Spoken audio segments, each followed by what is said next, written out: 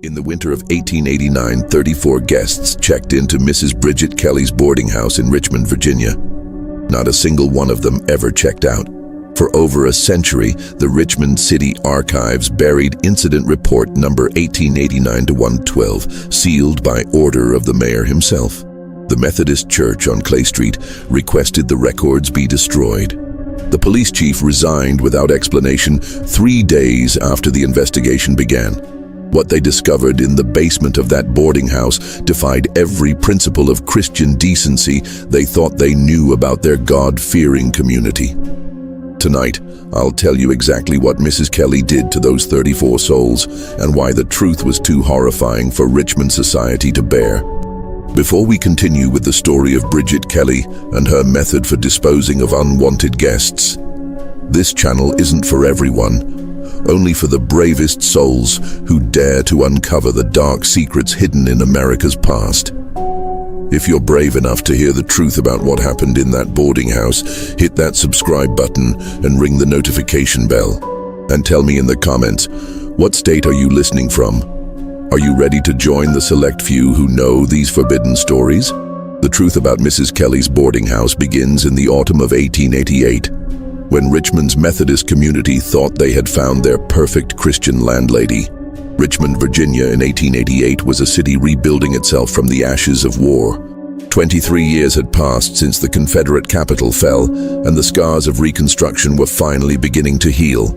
The cobblestone streets of Church Hill echoed with the sounds of hammers and saws as new businesses opened their doors, and the sweet smell of tobacco from the warehouses mixed with the coal smoke from the James River factories. Clay Street Methodist Church stood as a beacon of moral authority in this recovering city.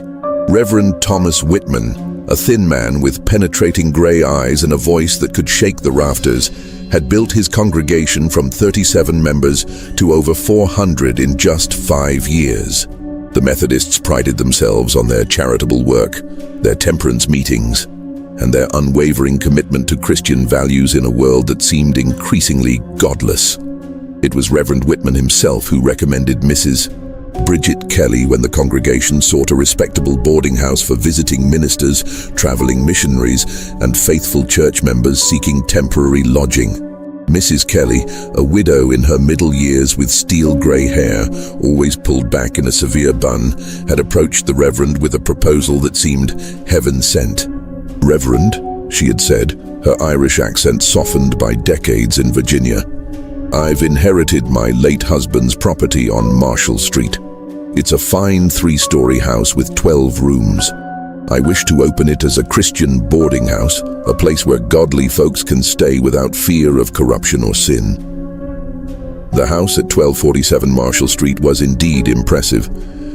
Built in 1854 by a tobacco merchant who had fled north during the war, it featured tall windows, ornate woodwork, and a wraparound porch that suggested prosperity and respectability. The basement had been converted into a kitchen and storage area, with stone walls that would keep food cool in summer and warm in winter. Mrs. Kelly's references were impeccable.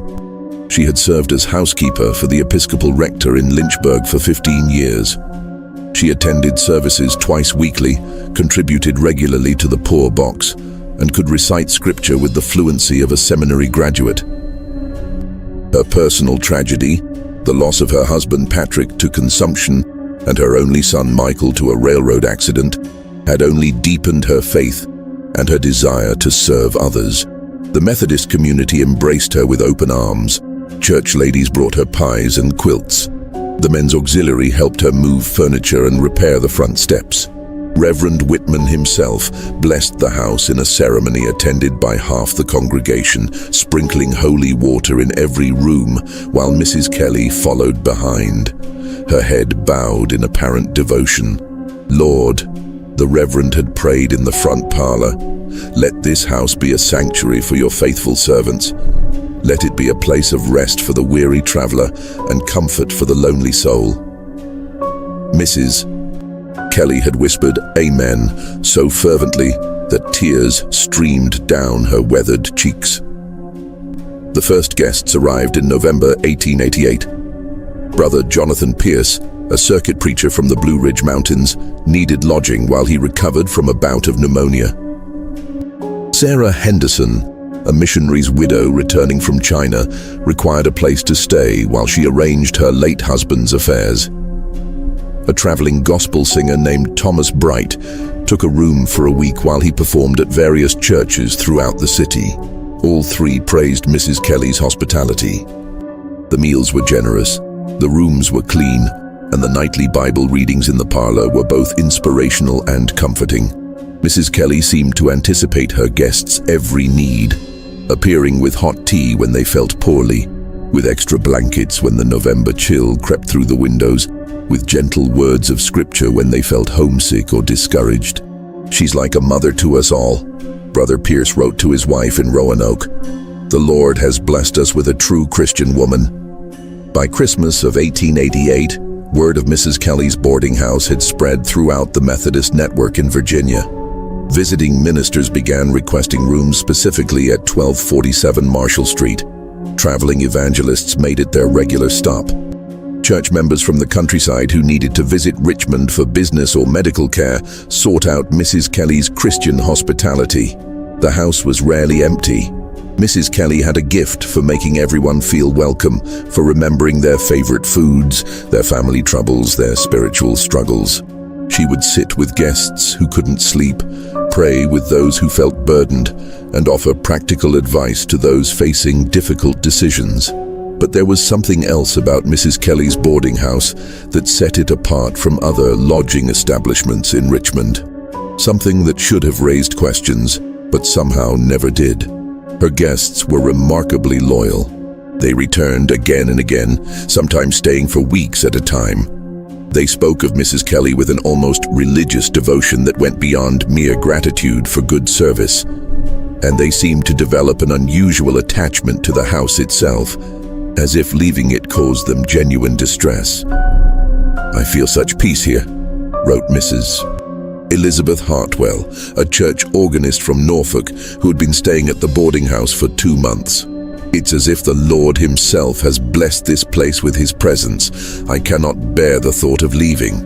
Mrs. Kelly would smile her gentle smile and pat her guests' hands. "This is your home now, dear," she would say.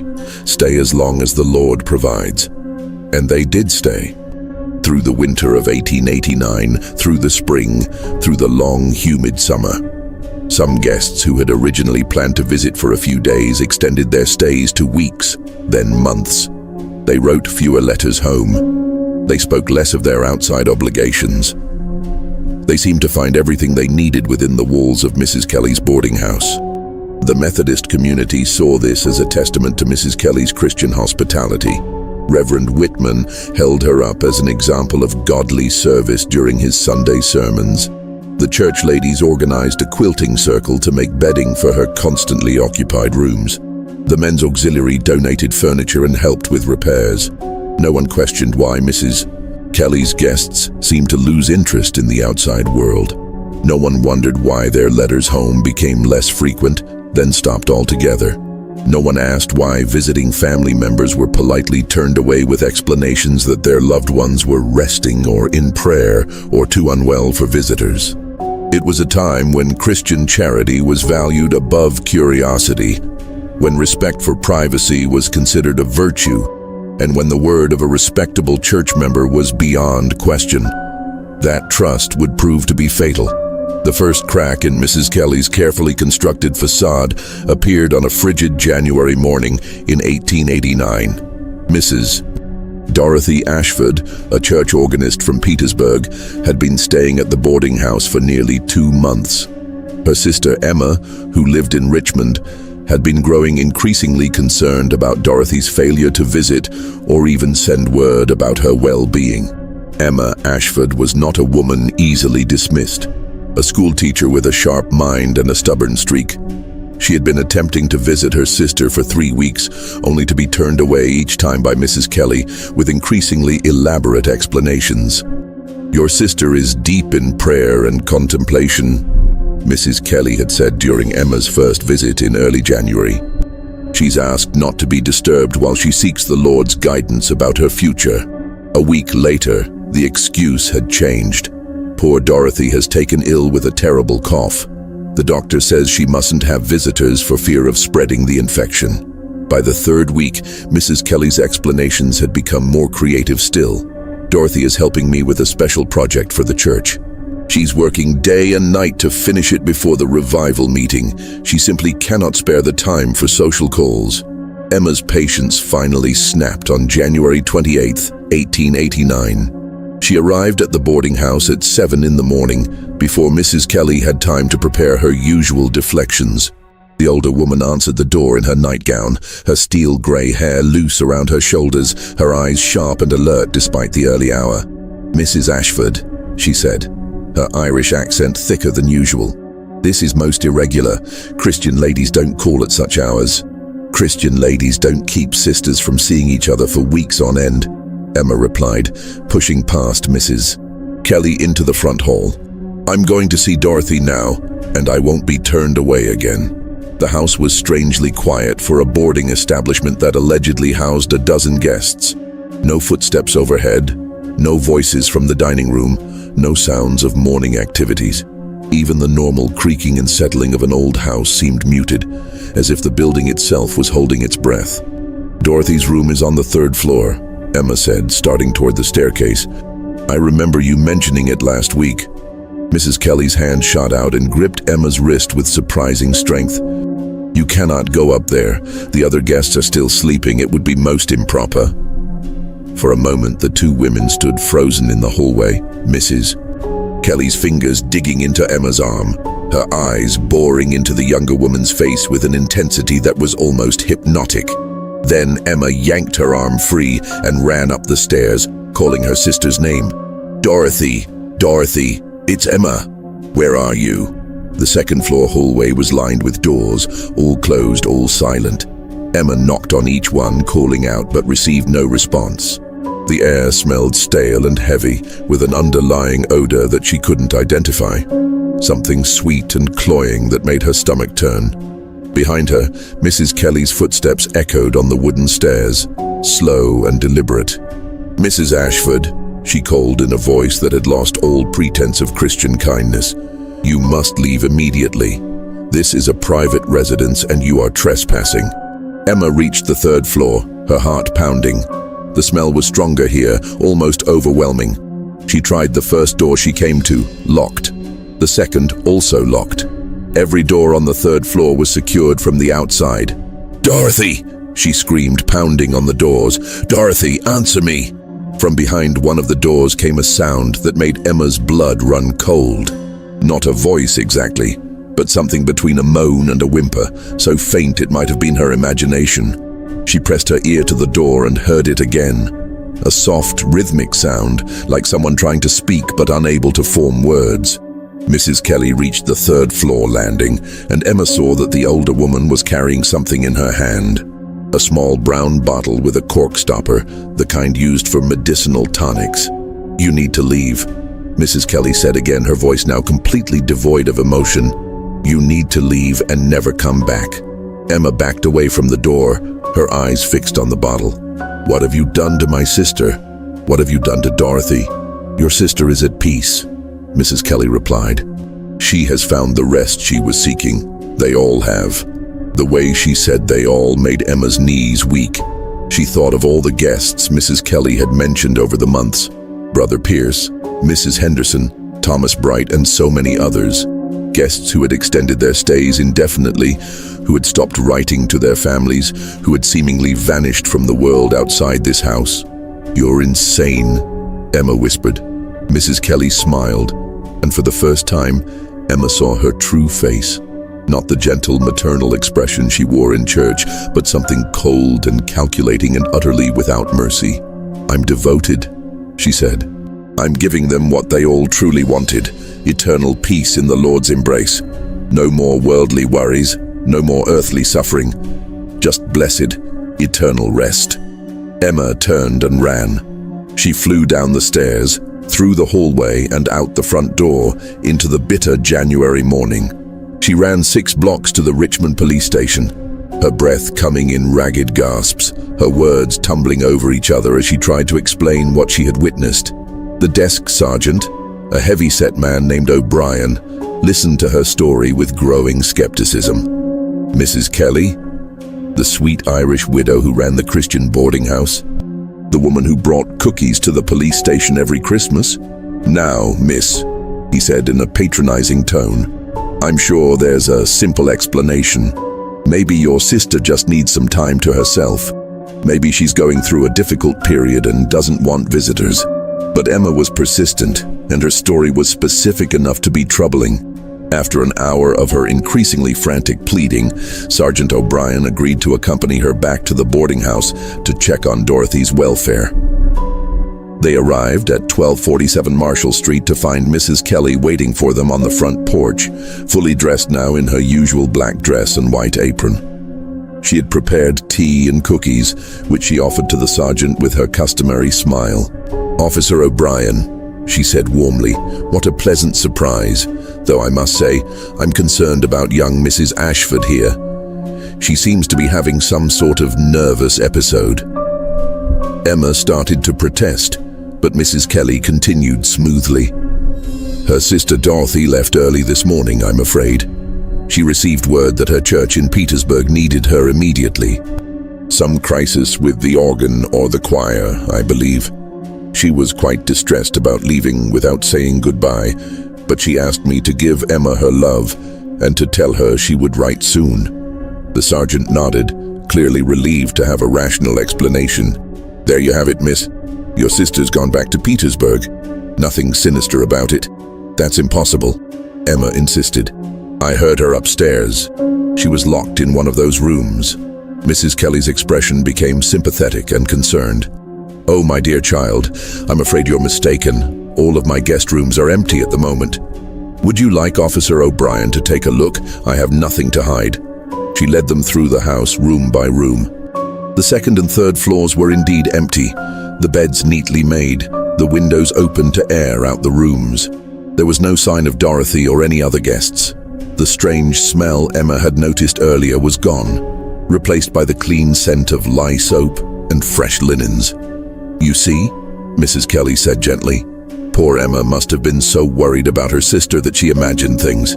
It happens sometimes, especially to unmarried women of a certain age. The strain of spinsterhood can be quite taxing on the feminine mind." Sergeant O'Brien escorted Emma from the house, muttering about hysterical females and wasted time. As they walked down Marshall Street, Emma looked back to see Mrs. Kelly watching from an upstairs window, her face a mask of benevolent concern. But Emma knew what she had seen. She knew what she had heard. And she knew that her sister Dorothy was still somewhere in that house. Whether Mrs. Kelly wanted to admit it or not, the question was, what was she going to do about it? Emma Ashford's accusations against Mrs. Kelly should have been the end of the matter. A hysterical spinster imagining things, a simple misunderstanding, a false alarm that wasted police time. But Emma was not the type of woman to give up easily, and her persistent questions began to stir uncomfortable memories in the minds of Richmond's Methodist community. Mrs. Sarah Patterson, whose brother-in-law had been staying at Mrs. Kelly's boarding house since October, mentioned to her husband over dinner that she hadn't received a letter from Charles in nearly 2 months. "That's not like him," she said, stirring her soup absently. "He writes every week, regular as clockwork." Reverend Whitman found himself thinking about the various ministers and missionaries who had stayed at the boarding house over the past year. How many of them had simply disappeared from correspondence? How many had failed to arrive at their next appointments, leaving churches and mission societies wondering about their whereabouts? The more he thought about it, the more troubling the pattern became. Brother Pierce, the circuit preacher who had been recovering from pneumonia, had never returned to his circuit. His wife in Roanoke had written to the Richmond church 3 times, asking if anyone had news of her husband. Mrs. Henderson, the missionary's widow, had missed her planned departure for her sister's home in Baltimore. Thomas Bright, the gospel singer, had failed to appear for a scheduled performance in Norfolk. Each disappearance had been explained away at the time. People changed their plans after all. They found new opportunities, new callings, new directions for their lives. In a society where communication was slow and uncertain, where a letter might take weeks to arrive, where people regularly moved across vast distances in search of work or family, it was not unusual for someone to simply vanish from their former circles.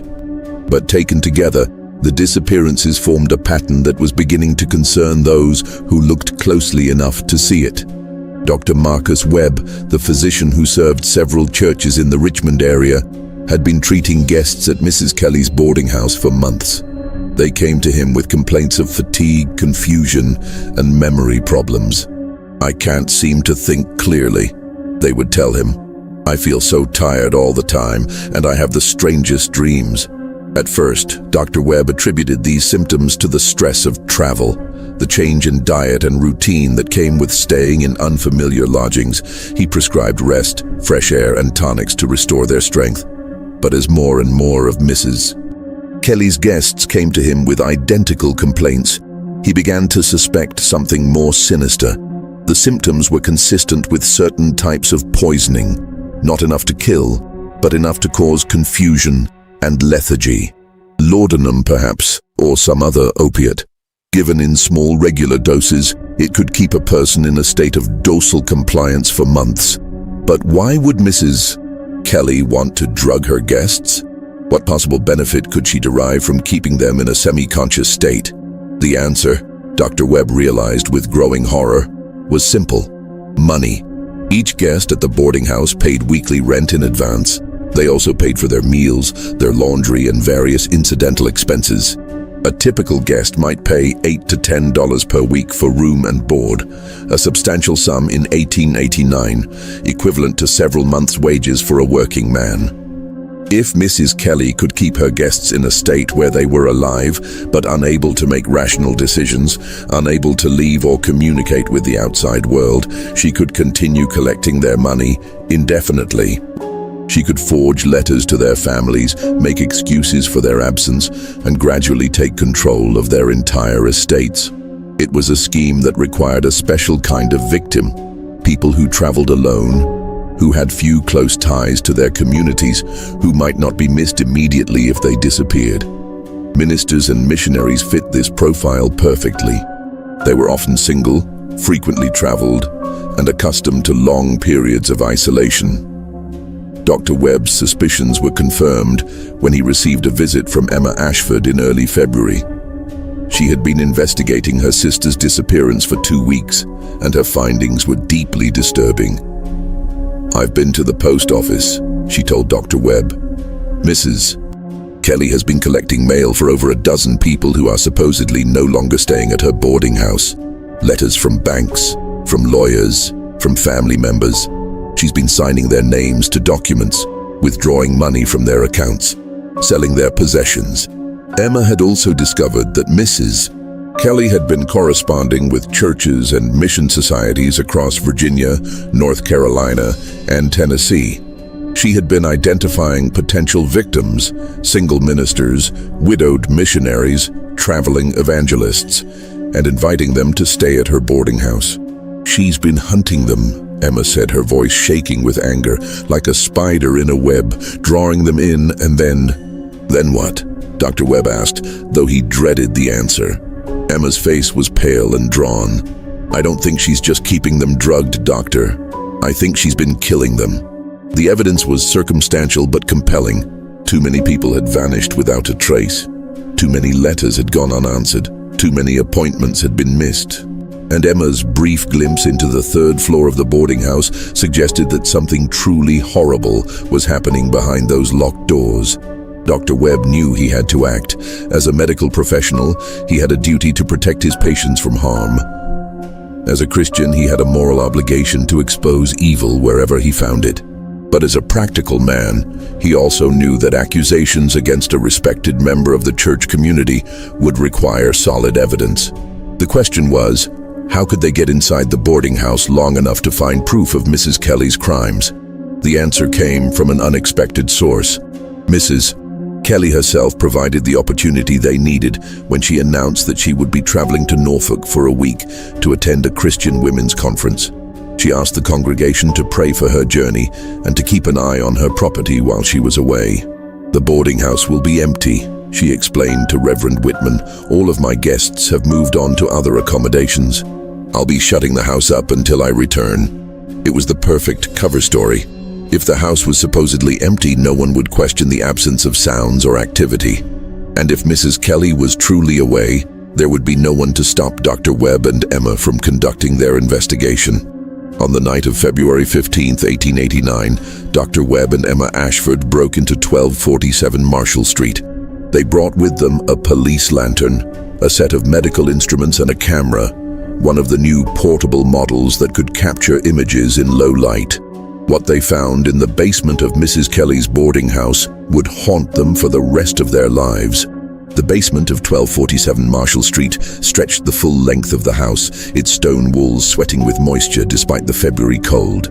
Dr. Webb's lantern cast dancing shadows that seemed to move independently of their source, creating an atmosphere of dread that made both investigators want to flee before they had even begun their search. Emma held her handkerchief to her nose, trying to block out the smell that had grown stronger as they descended the stairs. It was the same sweet, cloying odor she had noticed on the third floor, but concentrated now, almost overwhelming in its intensity. "Dear God," Dr. Webb whispered, his medical training helping him identify the source of the smell. "Emma, I think we should—" "No," she said firmly, though her voice shook. "We have to find out what happened to Dorothy. We have to know the truth." The basement was divided into several chambers, each serving a different purpose. The first room contained the usual household items, preserving jars, root vegetables, barrels of flour and sugar. But it was in the second chamber that they found the first evidence of Mrs. Kelly's true activities. The room contained a makeshift laboratory of sorts, with shelves lined with bottles and jars containing various substances. Dr. Webb examined the labels, his expression growing more grim with each discovery. "Laudanum," he said, holding up a brown bottle. "Chloral hydrate. Morphine. Enough opiates to keep a dozen people in a stupor for months." Emma found a wooden box filled with letters, all addressed to guests of the boarding house. She opened one at random and began to read. "My dearest Sarah, I pray this letter finds you in good health. Your brother Charles writes to say that he has decided to extend his stay in Richmond indefinitely. He has found great peace at Mrs.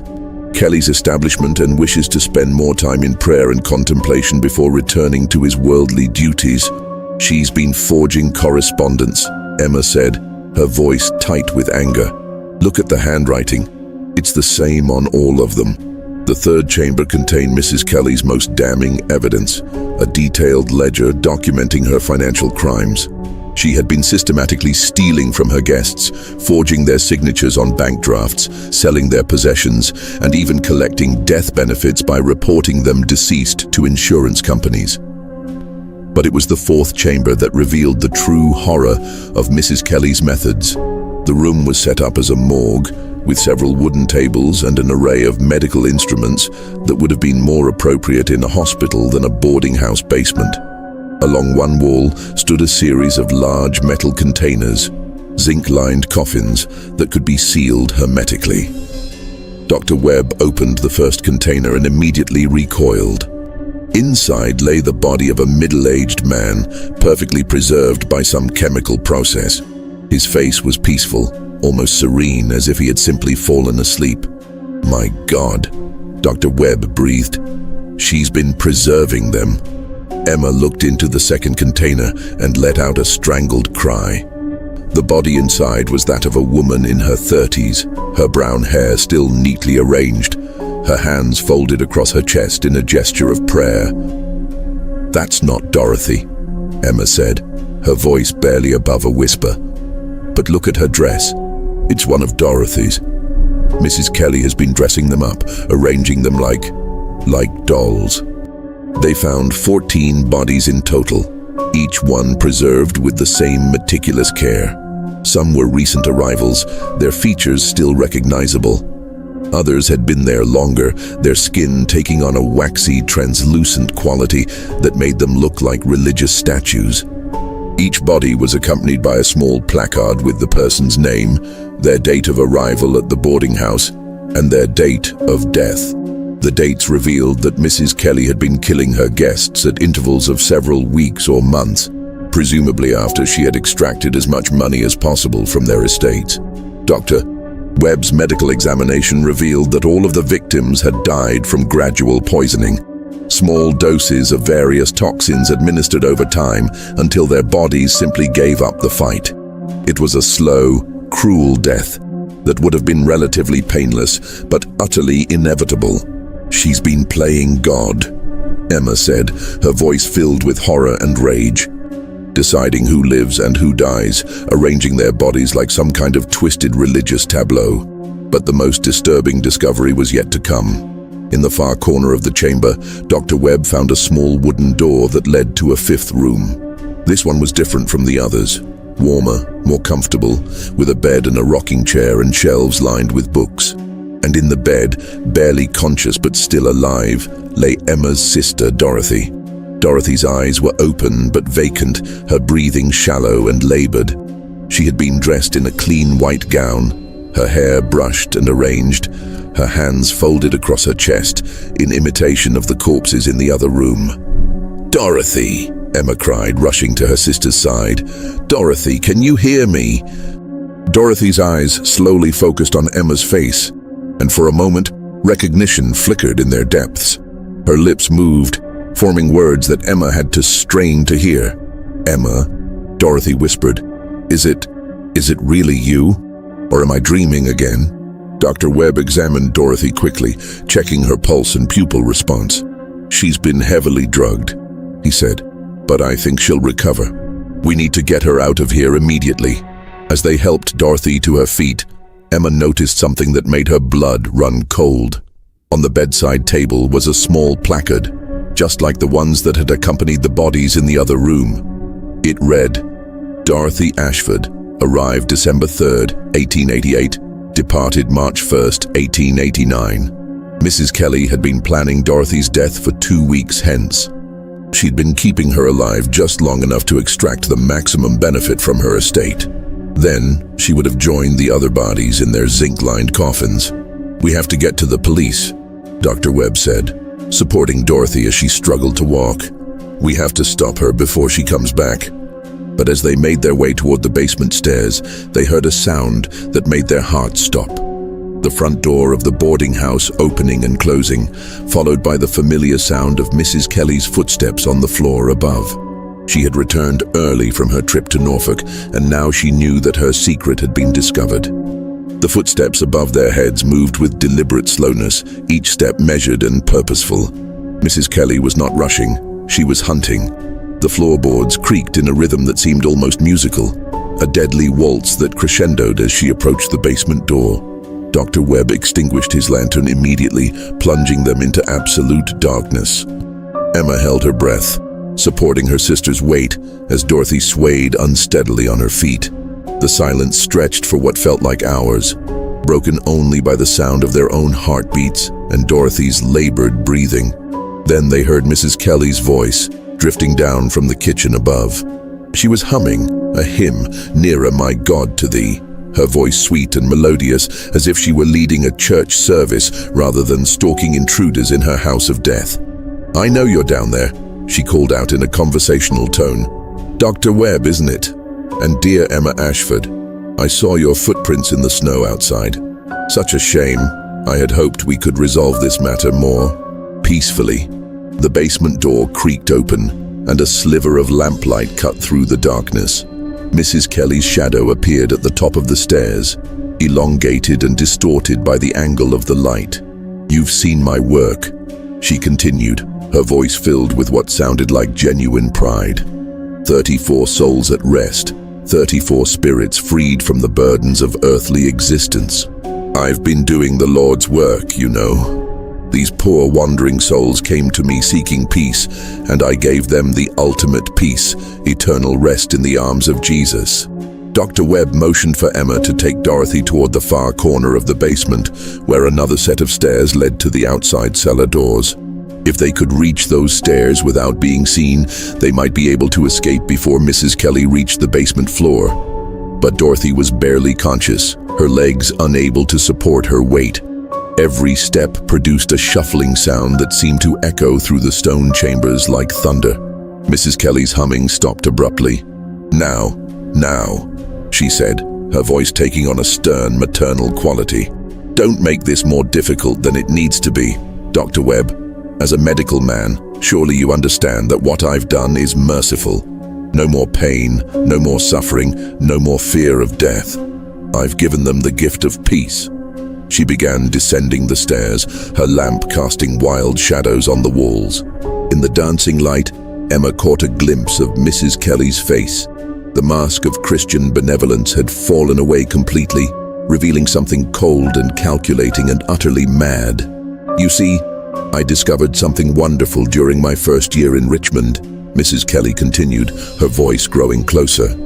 "These traveling preachers, these missionaries, these lonely old church folk, they all have the same dream. They want to be taken care of, to be loved, to find a place where they can rest and be at peace. I simply gave them what they wanted." Emma and Dr. Webb had reached the far chamber, but Dorothy collapsed against the wall, unable to go any further. Her breathing was becoming more labored, and Emma realized with horror that the stress of the escape was causing her sister to overdose on whatever drugs Mrs. Kelly had been giving her. "She needs medical attention," Dr. Webb whispered, "if we don't get her to a hospital soon. And the beauty of it," Mrs. Kelly's voice continued, now echoing from the main chamber, "is that they were all so grateful. Even at the end, when they realized what was happening, they thanked me. They understood that I was giving them the greatest gift of all, release from the veil of tears." Emma heard the sound of Mrs. Kelly moving through the laboratory, examining the evidence they had disturbed. Glass clinked as she straightened bottles, and paper rustled as she reorganized her correspondence files. "Of course, I couldn't let them suffer," Mrs. Kelly went on, her tone becoming more conversational, as if she were discussing the weather. "The laudanum kept them comfortable, kept them peaceful. They would drift in and out of consciousness, dreaming such beautiful dreams. Some of them would tell me about their visions, angels, golden light, the voices of loved ones calling them home." Dr. Webb had been examining the cellar doors, but they were locked from the outside with a heavy iron bar. They were trapped in the basement with a mad woman who had already murdered 34 people and was clearly preparing to make them her next victims. "Dr. Webb," Mrs. Kelly called out, her voice now coming from the second chamber, "I know you're wondering about my methods.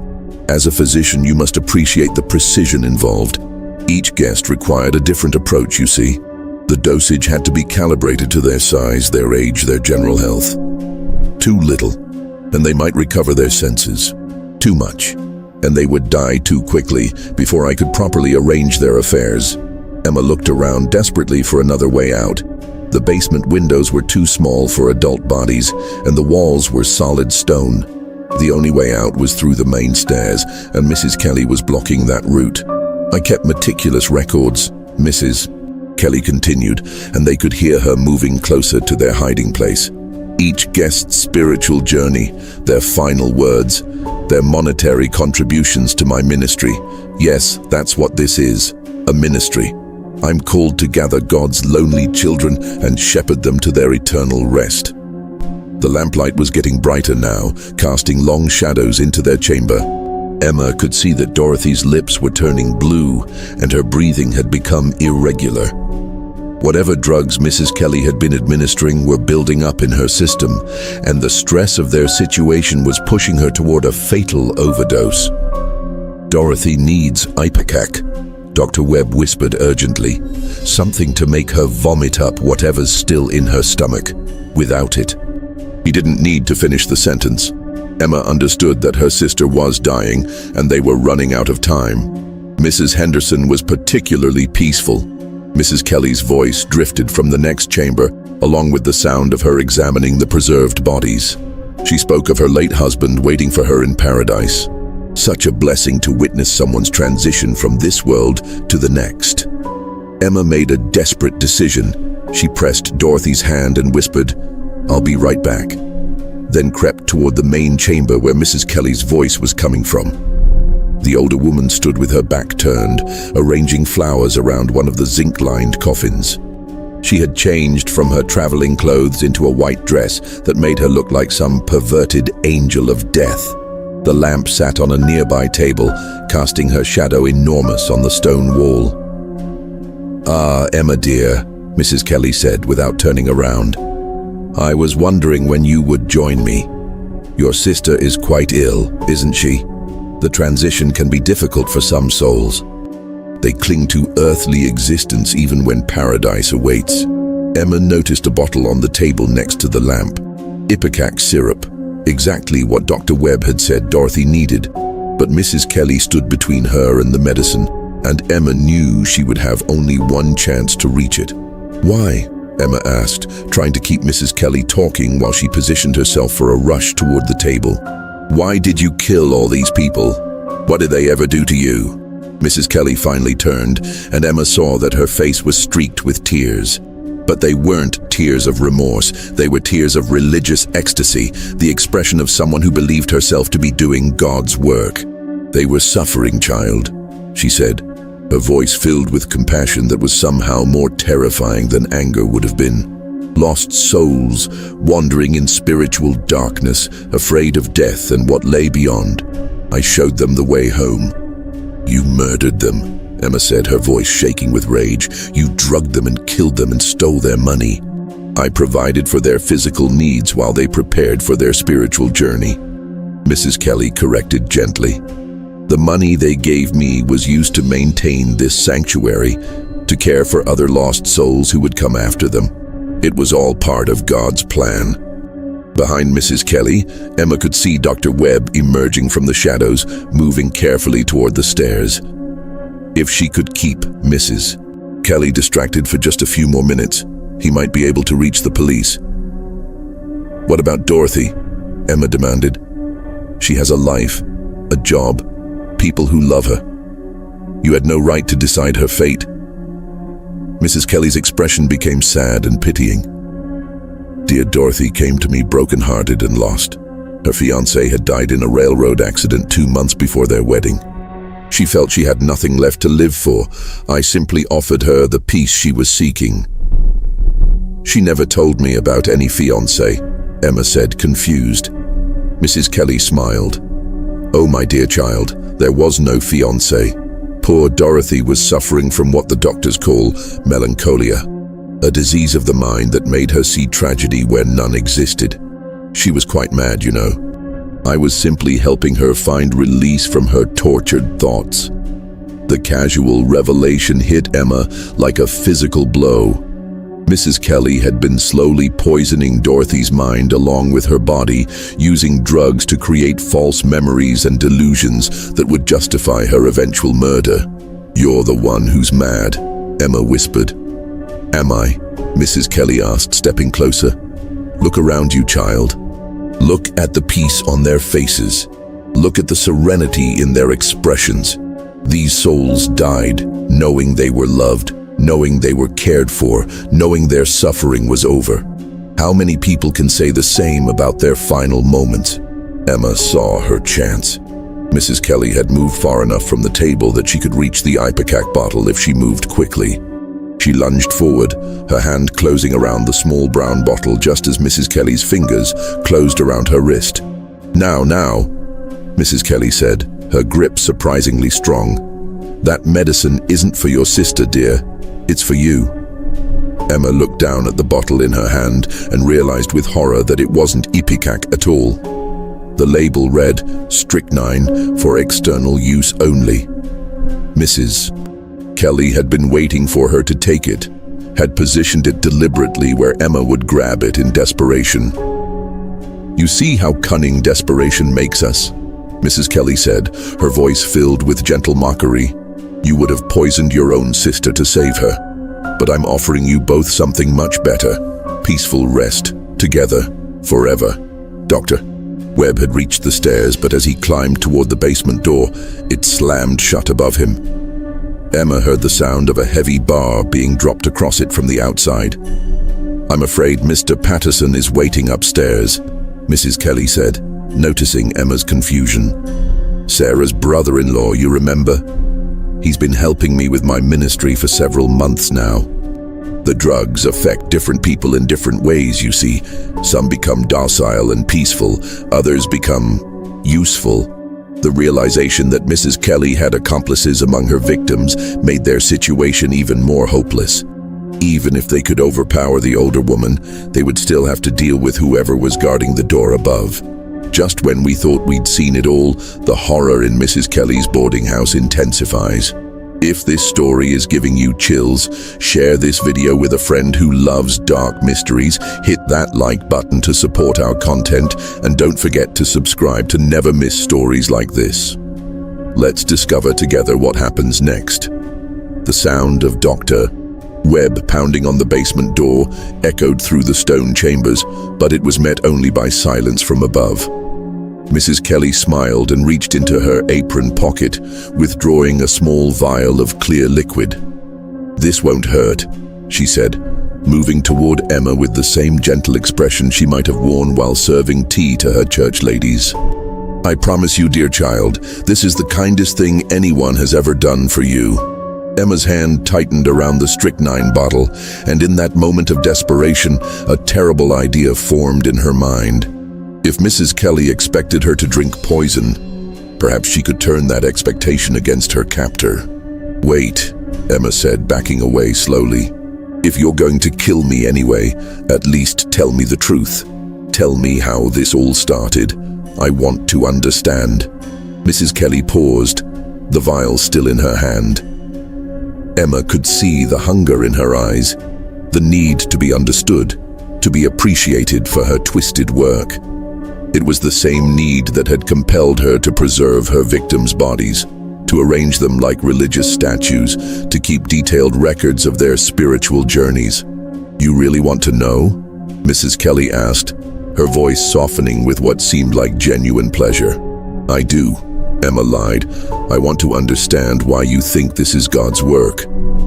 Mrs. Kelly set the vial down on the table and clasped her hands together, her expression becoming dreamy and distant. "It began with my Patrick," she said. "My dear husband dying of consumption in that terrible hospital in Lynchburg. The doctors said there was nothing they could do, that he would suffer for months before the end came." She moved closer to one of the zinc-lined coffins, running her hand lovingly along its edge. "I couldn't bear to watch him waste away, to see him in such agony.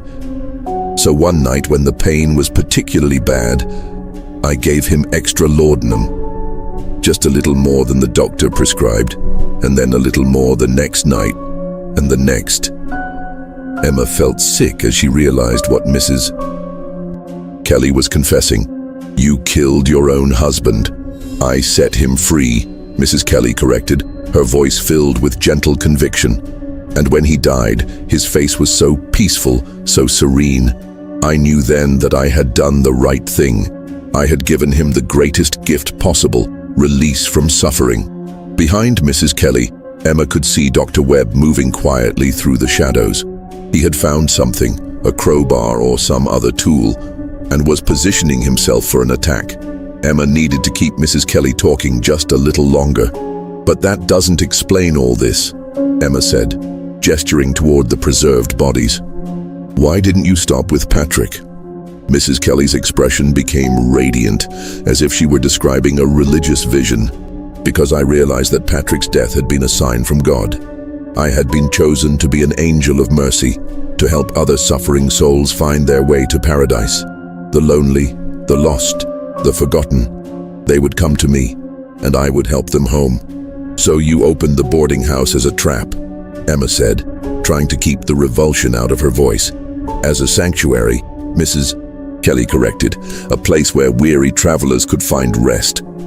And if that rest became eternal, well, isn't that what we all truly desire? Freedom from the pain and uncertainty of mortal existence?" Emma saw Dr. Webb raise the crowbar, preparing to strike. But Mrs. Kelly must have sensed something because she suddenly spun around. The older woman was faster than Emma had expected, and she grabbed a heavy candlestick from the table, swinging it at Dr. Webb's head. The doctor ducked, but the candlestick caught him a glancing blow on the shoulder, sending him stumbling backward. Mrs. Kelly advanced on him, her face transformed into a mask of rage. "You don't understand," she snarled. "None of you understand. These people wanted to die. They came to me broken, hopeless, praying for release. I simply answered their prayers." Emma saw her chance. While Mrs. Kelly was focused on Dr. Webb, she grabbed the vial of poison from the table and moved toward Dorothy, who was still slumped against the wall in the far chamber. But as she passed one of the zinc-lined coffins, a terrible idea occurred to her. She remembered the ipecac bottle, the real one that she had seen earlier among Mrs. Kelly's medical supplies. If she could find it, she might be able to save Dorothy. But first, she had to stop Mrs. Kelly. "Mrs. Kelly," she called out, holding up the vial of poison. "You're right. I do want to be free from suffering. I want to join your ministry." The older woman stopped her attack on Dr. Webb and turned toward Emma, her expression becoming hopeful and pleased. "Do you mean it, child? Do you truly understand what I'm offering you?" "I do," Emma said, unscrewing the top of the vial. "I want to be at peace. I want to stop being afraid." She raised the vial to her lips and Mrs. Kelly's face filled with religious ecstasy. "Yes, dear child. Let go of your earthly bonds. Let me help you find your way home." But instead of drinking the poison, Emma suddenly hurled the vial's contents directly into Mrs. Kelly's face. The strychnine burned Mrs. Kelly's eyes and mouth, sending her into convulsions of agony. She clawed at her face, screaming in pain and rage, while Dr. Webb recovered his balance and grabbed the crowbar again. "The real ipecac," Emma shouted to him. "Where is it?" Dr. Webb struck Mrs. Kelly with the crowbar, sending her crashing to the stone floor, then rushed to the medical supply shelves. "Here," he said, tossing Emma a brown bottle. "Force her to drink as much as possible." Emma ran to Dorothy, who was barely conscious now, her breathing shallow and irregular. She forced the ipecac down her sister's throat, then held her as Dorothy's body began to convulse, expelling the drugs that had been slowly killing her. Behind them, Mrs. Kelly was trying to crawl toward the stairs, her face a mass of chemical burns, her voice reduced to unintelligible moans. Dr. Webb followed her, the crowbar raised, ready to strike again if necessary. "The police!" Emma gasped, still holding Dorothy as her sister vomited. "We have to get the police. The door upstairs is still barred," Dr. Webb reminded her. "And there's still whoever was helping her." As if summoned by his words, they heard footsteps above them and a man's voice calling down. "Mrs. Kelly? Mrs. Kelly, is everything all right down there?" The voice was weak and confused, not threatening. Emma realized that Mrs. Kelly's accomplice was probably just another drugged victim, following her orders without understanding what he was doing. "Mr. Patterson," Dr. Webb called up the stairs. "This is Dr. Webb. Mrs. Kelly has been poisoning you. You need to open this door and let us help you." There was a long pause, then the sound of the bar being lifted. The door opened to reveal a thin, elderly man with vacant eyes and trembling hands. "Dr. Webb?" he said uncertainly. I don't understand," Mrs. Kelly said. "She said you were burglars." "She's been drugging you, Mr. Patterson," Dr. Webb said gently, helping the confused man down the stairs. "She's been drugging all of you. But it's over now. You're safe." Emma looked around the basement at the evidence of Mrs. Kelly's crimes. The preserved bodies, the laboratory, the detailed records of theft and murder. 34 people had died in this place, and Dorothy had nearly become the 35th. Mrs. Kelly lay unconscious on the stone floor, her breathing ragged but steady.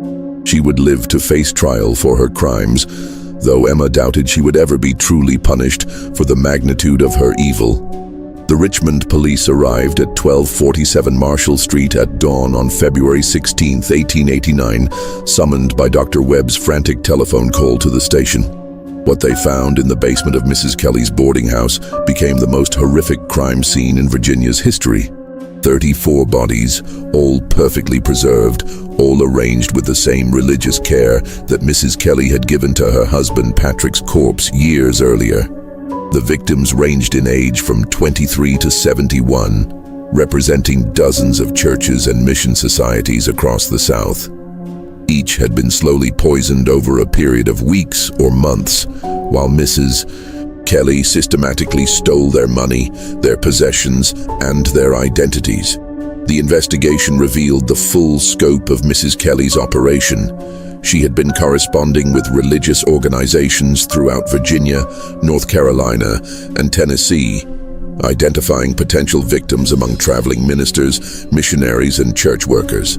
Her method was always the same: offer Christian hospitality to lonely, isolated people, then gradually drug them into compliance while she looted their estates. The financial records found in her basement showed that she had stolen over $47,000, equivalent to nearly $1 million in today's money. She had forged hundreds of documents, filed false insurance claims, and even collected death benefits on people who were still alive in her basement prison. Dr. Webb's medical examination of the victims revealed that Mrs. Kelly had been experimenting with different combinations of drugs, carefully calibrating dosages to keep her victims alive but helpless for as long as possible. Some had been drugged for over a year before finally succumbing to organ failure. The discovery sent shockwaves through Virginia's religious community. Churches that had recommended Mrs. Kelly's boarding house felt responsible for sending their members to their deaths. Reverend Whitman resigned his position at Clay Street Methodist Church and moved west, unable to bear the guilt of having blessed the house where so many faithful Christians had died. Emma Ashford's sister Dorothy survived, though she required months of medical treatment to recover from the effects of Mrs. Kelly's drugs. The experience left her with permanent memory problems and a deep distrust of religious institutions. She never again set foot in a church. Mrs. Kelly herself was arrested and charged with 34 counts of murder, along with numerous counts of fraud, forgery, and theft. Her trial became a sensation, drawing reporters from across the country who were fascinated by the story of the Christian widow who had become one of America's most prolific serial killers. The prosecution painted her as a cold-blooded murderer motivated by greed, but Mrs. Kelly's defense attorney argued that she was genuinely insane, driven by a twisted religious mania that made her believe she was doing God's work. The jury deliberated for less than 3 hours before finding her guilty on all counts. Mrs. Kelly was sentenced to death by hanging, but she never lived to face execution. On the night before her scheduled hanging, she was found dead in her cell, apparently having saved enough strychnine from her attack on Emma to poison herself. Her final words, written on a scrap of paper found clutched in her hand, were, "I go now to join my children in paradise." The boarding house at 1247 Marshall Street was demolished by order of the City Council, and the lot remained empty for over 50 years. The Methodist Church purchased the property in 1941 and built a memorial garden with 34 white roses planted in memory of Mrs. Kelly's victims. But the true horror of Mrs. Kelly's crimes lay not just in the number of people she killed, but in the trust she violated. She had used the very foundations of Christian faith, hospitality, charity, and compassion as weapons against the innocent. She had turned a place that should have been a sanctuary into a chamber of death. The case raised uncomfortable questions about the nature of evil and the vulnerability of faith-based communities to predators who hide behind religious rhetoric. It demonstrated how easily trust could be manipulated, how quickly charity could become complicity, and how the desire to help others could blind people to obvious warning signs. The investigation also revealed the isolation and loneliness that made Mrs. Kelly's victims such easy targets. Traveling ministers, aging missionaries, and single church workers often had no close family ties, no regular correspondence, no one who would immediately notice if they disappeared. Their very dedication to serving others made them vulnerable to someone who would exploit their trust. In the years following the trial, several similar cases came to light across the country. The Mrs. Kelly case had exposed a pattern of predatory behavior that targeted religious communities specifically, leading to new laws requiring background checks for those operating boarding houses and stricter oversight of financial transactions involving church funds. The Methodist Church in Richmond established new protocols for recommending lodging to traveling clergy, and many other denominations followed suit. The age of unquestioned trust in Christian hospitality was over, replaced by a more cautious approach that recognized the potential for evil to hide behind a facade of piety. Emma Ashford became something of a celebrity after the trial, sought out by newspapers and magazines for her first-hand account of discovering Mrs. Kelly's crimes.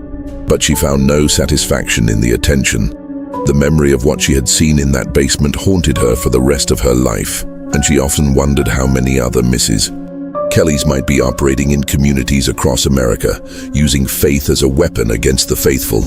Dr. Webb continued his medical practice, but became an advocate for better regulation of boarding houses and stricter controls on the sale of dangerous drugs. He testified before the Virginia legislature about the need for medical oversight of establishments that housed vulnerable populations. The case of Mrs. Kelly's boarding house became a cautionary tale told in churches and seminaries across the country. A reminder that evil could wear the mask of righteousness and that the most dangerous predators were often those who appeared most trustworthy. This mystery shows us that the greatest horrors sometimes come not from supernatural forces or unknown monsters, but from the darkness that can lurk in ordinary human hearts. Mrs. Kelly's crimes were made possible not by demonic powers or otherworldly forces, but by the very human failings of greed, manipulation, and the abuse of trust. What do you think of this story? Do you believe everything was revealed about Mrs. Kelly's methods? Or do you think there were other secrets buried with her? The truth is often more terrifying than fiction, especially when it shows us how thin the line can be between faith and fanaticism, between charity and exploitation. Leave your comment below. Have you ever encountered someone who used religion to mask their true intentions? If you enjoyed this tale and want more horror stories like this, subscribe, hit the notification bell, and share with someone who loves mysteries. These dark chapters of American history remind us that evil can hide behind the most innocent facades, and that sometimes the most dangerous monsters are the ones who convince us they're trying to save our souls. See you in the next video.